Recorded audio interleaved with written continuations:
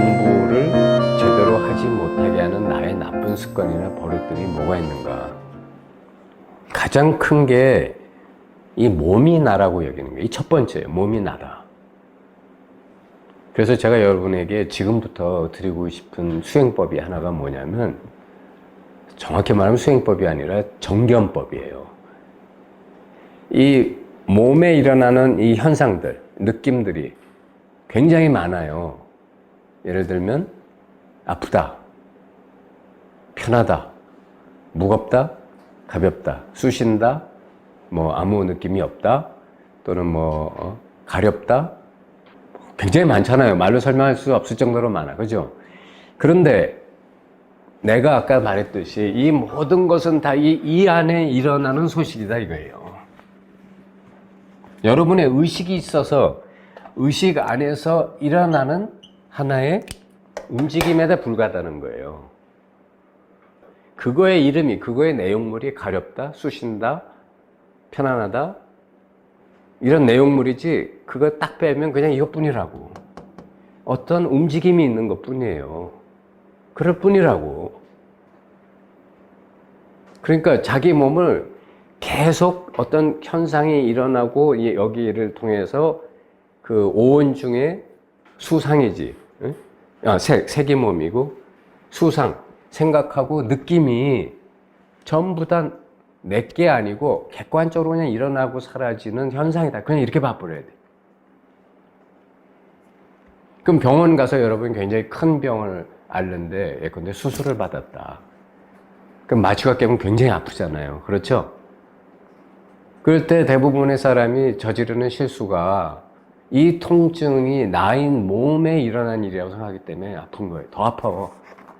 죽는다, 아우성이에요. 근데 이걸 한번, 이런 현상이 이 몸이라는 감각체 속에, 이 느낌 속에 또 이중 느낌으로 일어나고 있다 라고 다 객관적으로 봐버려봐. 몸도 객관적인 거고 고통도 객관적인 거. 그럼 그냥 객관적인 어떤 느낌들이 생멸하고 있을 뿐이요.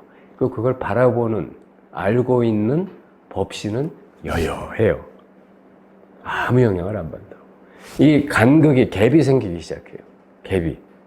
두 사이가 하나인 줄 알았는데 이 갭이 생기기 시작해요. 내가 옛날에 우리 서홍 스님 모시고 시자를 할 때 치과를 모시고 한번 갔었는데, 이분이 마취 안 하고 이거를 하셔. 그래가지고 막 의사서, 그거 안 되는데요? 하셔야 되는데. 그냥 내가 한번 해볼게요. 해가지고 큰 스님이 마취를 안 하고 수술하니까 나중에 의사가 놀래가지고, 과연 도인이시라고, 큰 스님이라고, 어떻게 이 아픈 거를. 그래서 내가 나중에 여쭤봤어요. 그거 안 아프셔? 아프지. 엄청 아프지. 근데 왜 그렇게 하셨어요? 그것도 공부니까, 한번 해보니까, 그냥 그렇구나 할 뿐이야. 그냥 모든 거는 여러분, 그냥 모든 것은 그렇구나, 그럴 뿐이구나 하면 두려움이 없어져요. 여러분이 왜 두려워하냐면, 그런 일이 일어나면 큰일인데, 이런 해석을 하고 있어요. 얼마나 아플까? 그래서 자살하는 거예요.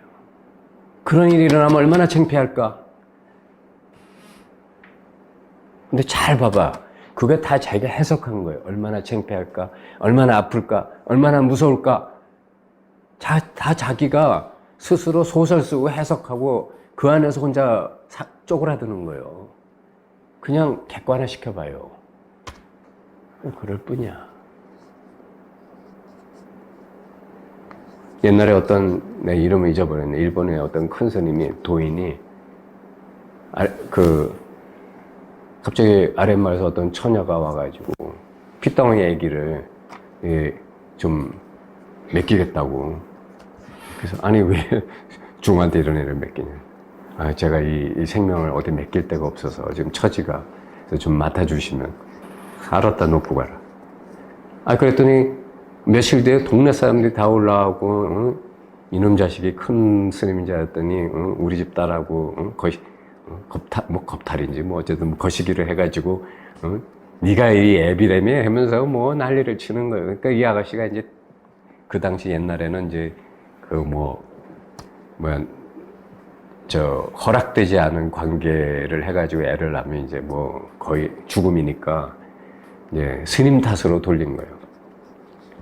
그래서 스님이 아무 말도 안 하고 변명도 그렇습니까? 하더래요. 그렇습니까? 와가지고 뭐 막 사람들 행패를 부리고 그 모습을 이 딸이 전해들은 딸이 너무 양심에 갇히게 돼서 며칠 있다가 이제 울며불며 고백을 했대요. 사실 내가 큰 죄를 지었다고. 사실은 이웃마을에 저 칠복이가 그때는 또 동네 사람들이 와가지고 그냥 아이고 저희가 너무 큰 죄를 졌습니다. 예. 또 그렇습니까? 그러니까 이제 옆에 모시고 있던 시자가 스님은 뭐 이래도 그랬습니까? 저래도 그랬습니까? 그 큰 스님이 뭐라고 하냐면 야, 세상사는 다 그랬을 뿐이다. 그러니까 모든 게 다 그냥 객관화되는 거예요. 나는 그렇다고 여러분들한테 그렇게 뭐 초연한 도인 같은 삶을 지금부터 살아라 이런 얘기를 하는 게 아니에요. 단지 여러분이 공부할 방향이 뭐 여러분도 지금부터 치과 가는데 나 마취 안 하겠어요 하고 그랬다가 또 그 교장 말 듣고 내가 개피 봤다 그 사람 뭐 이상한 사람이다 이런 소리 하지 말고 제가 드리는 말씀은 뭐냐면 그걸 그렇게 하라는 얘기가 아니고 그렇게 공부를 지어가라 이 말이에요. 몸이 내가 아니고 이 말이 아주 중요합니다. 몸이 내가 아니고 몸도 경험되는 것일 뿐이라는 거예요. 몸이 내가 아니고 몸도 경험되는 하나의 경험일 뿐이에요. 근데 평생 매일같이 되풀이해서 경험하다 보니까 나라고 착각하는 거예요. 본래 면목 자리에서 보면 몸은 경험되는 것 뿐이에요. 경험되는 현상이라고. 왜냐? 이 몸이라고 느끼는 이 느낌하고 다른 느낌하고 하나도 다르지 않아요. 내가 다르다고 착각할 뿐이에요.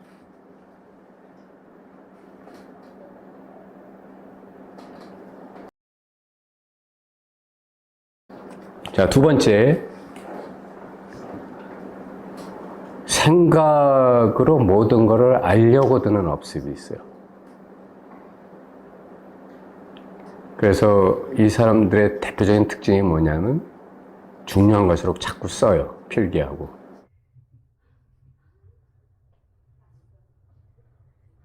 받아 적고 줄치고. 근데 뭐가 포인트냐면 이거를 잘 아셔야 돼요. 어떤 사람은 자기가 굉장히 억울하거나 슬프거나 스트레스가 많을 때는 일기를 씁니다. 일기를 쓰면서 해소가 돼요. 응? 그래서 내가 쓰는 게 내 생각이나 어떤 어떤 각성을 더 심화하기 위해서 쓰는 거라 그러면 쓰셔도 돼. 근데 대부분의 사람은 그게 아니고 이거를 자기가 아는 단어로 개념으로 바꿔서 정리하려고 들어요. 그걸 아는 거라고 생각한다. 근데 이렇게 되면 아는 개념화된 자기 안에서 이야기가 되지 깨달음이 안 돼요.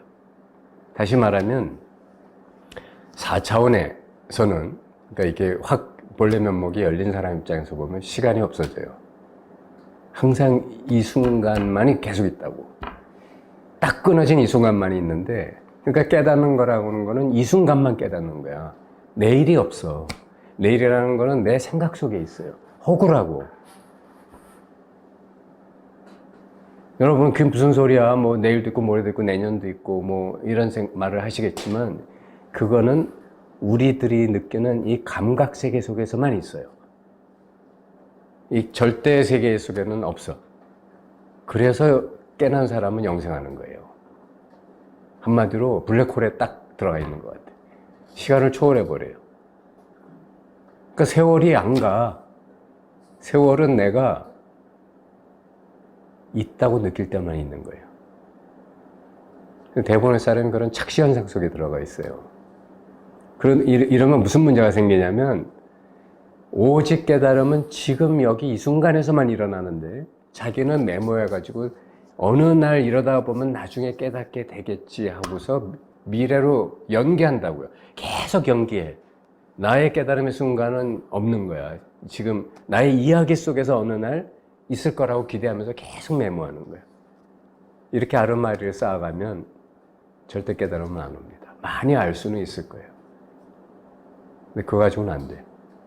다만 자기가 어느 정도 공부가 된 사람이라면 이제 그런 업습을 버리라고요. 지금 이 순간 깨닫지 못하면 나한테 깨달음은 다시 오지 않는다. 이런 각오로 해야지.